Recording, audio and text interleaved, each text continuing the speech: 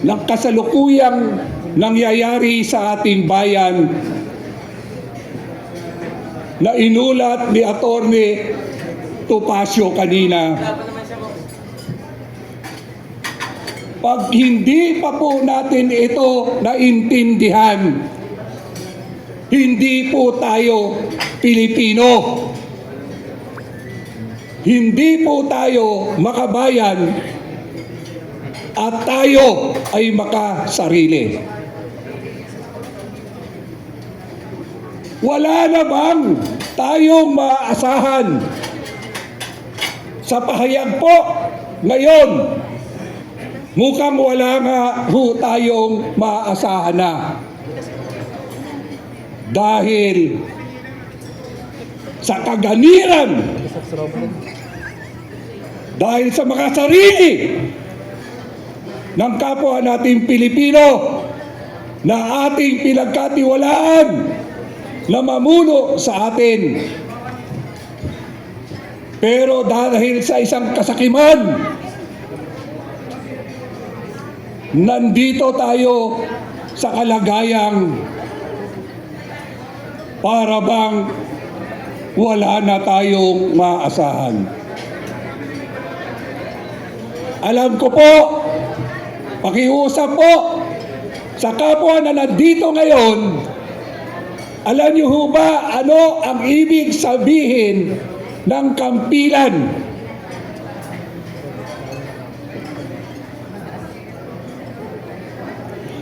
Ang kampilan po ay isang uri ng tabak na nagmula sa kapuluan ng Pilipinas. Ako po ay nakikiusap sa mga participant po natin sa dulo at sa gitna. Baka naman po pwede mamaya na kayo mag-picture taking. Umupo muna kayo. Nandito tayo para sa bayan. Hindi tayo nandito para magchismisan. Pakiusap lang po. Kung kayo kasama rito sa isip at diwa sa espiritu, manatili kayo rito. Kung kayo ay magchichismisan, lumabas po kayo sa pintuang iyan. Dahil sa sitwasyon po ng bayan natin ngayon, sa kahirapan po natin ngayon, kailangan natin ang nagmamalasakit sa bayan o sa kapwa. Hanap buhay o bayan? Bayan. Bayan. Bayan. Ulitin ko po.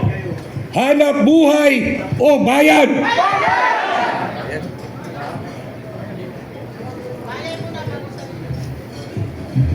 Nasa atin po ang pagkakataon na itama natin ang ating pagkakamali.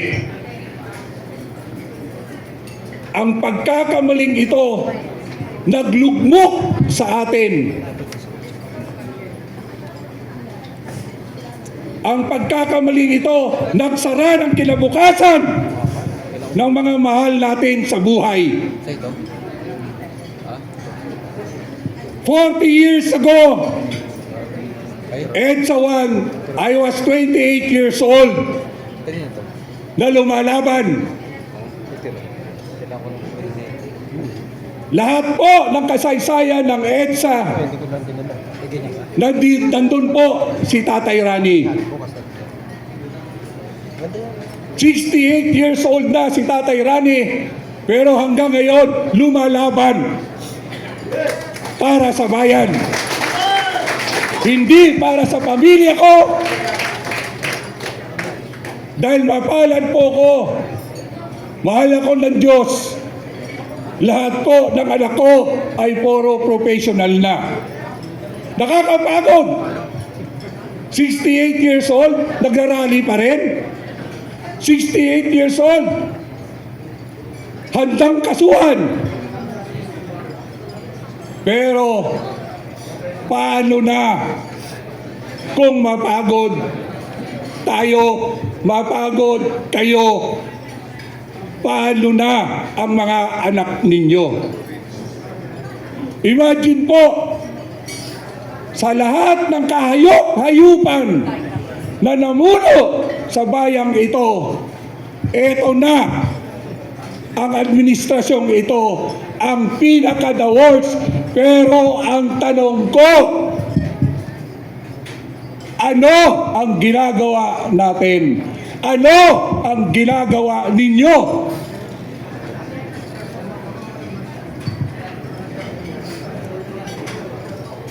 Magising na po tayo. Ang pagbabago po na hinihiling natin magsisimula sa sarili natin. Ngayon pa lang, patunayan natin na lahat tayo na nandito ngayon ay tunay na mahal natin ang ating bayan. Alisin natin ang pagiging makasarili natin. Alisin natin ang pagiging materialistic natin.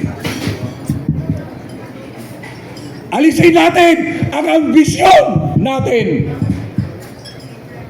Bago mahuli ang lahat, alang-alang sa pamilya natin.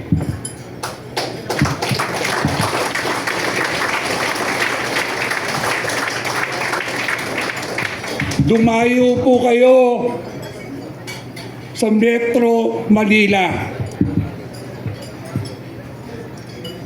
na ang baon nyo ay pag-asa. Nagkanya-kanya kayong sakripisyo, panahon, oras, at pati pagkatao nyo na nililibak ng iba. Pero nandito kayo ngayon dahil gusto nyo ng may pagbabago. Ulitin ko po, ano pa bang resibo ang kailangan natin para mamulat tayo? Nakakainggit ang mga bayani natin noon. Dahil lantad sila na lumalaban. Ang daming gustong lumaban, ayaw naman humantad.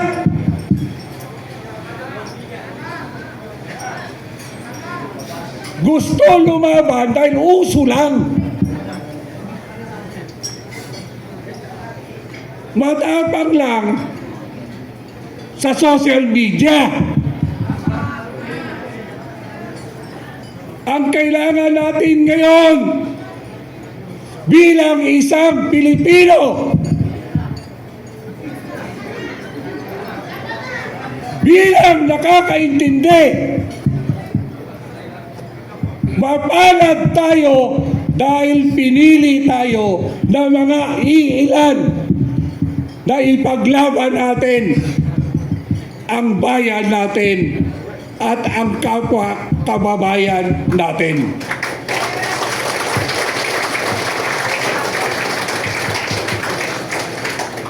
Muli po, bukas, 1 taon na kinidnap nila si Tatay Digong. Alam niyo ba,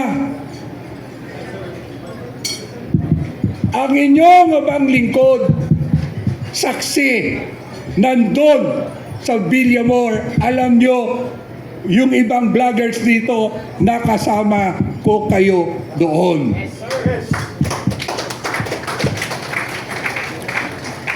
Maraming matapang, pero sa totoo, duwag!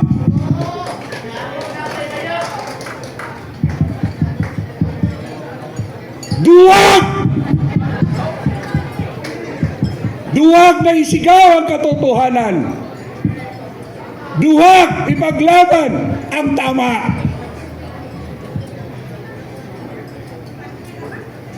Kanina ho ba, kung naisa puso nyo ang dalawang kanta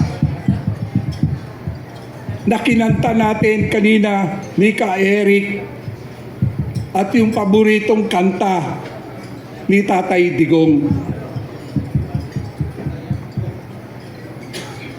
Kung bukas ang puso nyo, isa sa buhay nyo ito.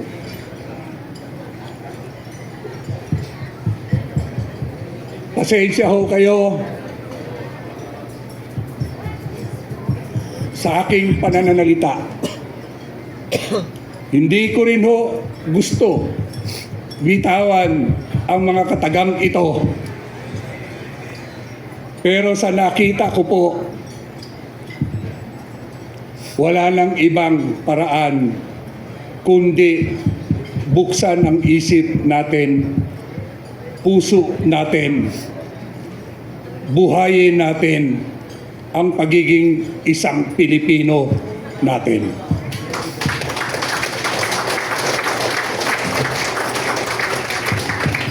Huling pananalita ko po, gusto ko pong idamain po natin yung bayan ko. Ang sabi nga po, ang bayan kong Pilipinas, lupain ng gintot bulaklak. Pag-ibig sa kanya'y palad ng alay ng ganda't dilag. At sa kanyang yumi at ganda, mga dayuhan ay nahalina. At bayang ko, binihag ka ng sadya sa dusa. Pero ito ho ang version ko ngayon sa sitwasyon natin ngayon. Bayang kong Pilipinas, lupain na may gintot bulaklak. Pag-ibig sa kanya'y palad, nag-alay ng ganda't dilag. At sa kanyang yumi at ganda, Marcos ay nahalina. Bayang ko, binihag ka ng sadlak sa droga.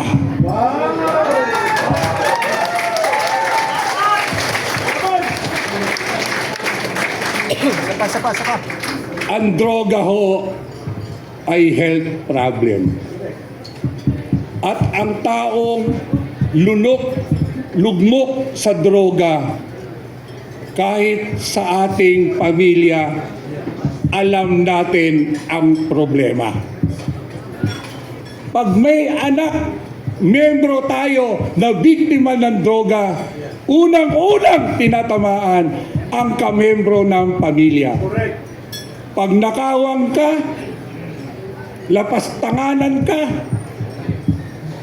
at higit sa lahat, pagbabantaan ka. Lalo na ngayon. Sa nangyayari po sa atin ngayon, hindi po ito kaisipan ng isang leader na nasa tamang kondisyon. Kaya, hindi naman lingid sa atin na ang ating inyo o presidente nila ay may problema sa droga mula pagkabata, mula nung nagbinata, mula nung tumanda. Pero tayo, mga Pilipino, mahilig tayo sa second chance. Binigyan ng pagkakataong bumangon ang isang makasalanan. Nasa Biblia po yan. Pero binigyan ka na ng pagkakataon at lalo mo pang ang katawan ng tao ay istoy isang sagrado. Sa batas ng Diyos, sa Biblia, nakalagay po diyan. Kaya habang nilalapastangan mo ang katawan mo na bigay na Kristo,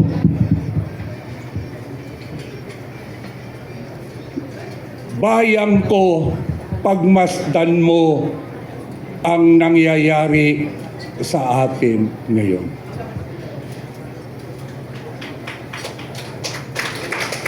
Tanong ko na lang po,